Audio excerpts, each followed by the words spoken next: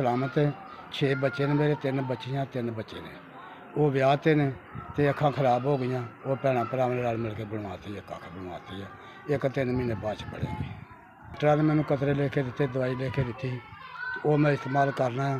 तो हम शुक्र है खुदा दा, मैनू रमान दिसदा। हूँ गरीब हाँ, मेरे को कोई शै नहीं है कोई जोड़ा मैं लैके राशन पा ला या कोई अपना इलाज करवावां। तो मैं मेरे को कोई शै नहीं। डॉक्टर ने आखिया 3 महीने कुछ नहीं करना। तो मैं कि थोड़ा बहुत काम करके अपना वक्त करदा पूरा। तो हम 3 महीने मैंने उन्हें डकया है।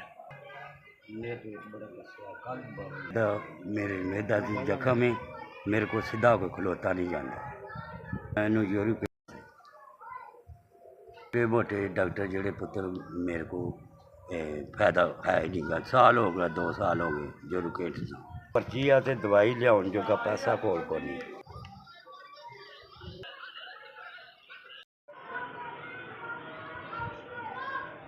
5000 रुपया तुसां दिता, तुहानू खुदा जिंदगी देवे, तंदुरुस्ती दे।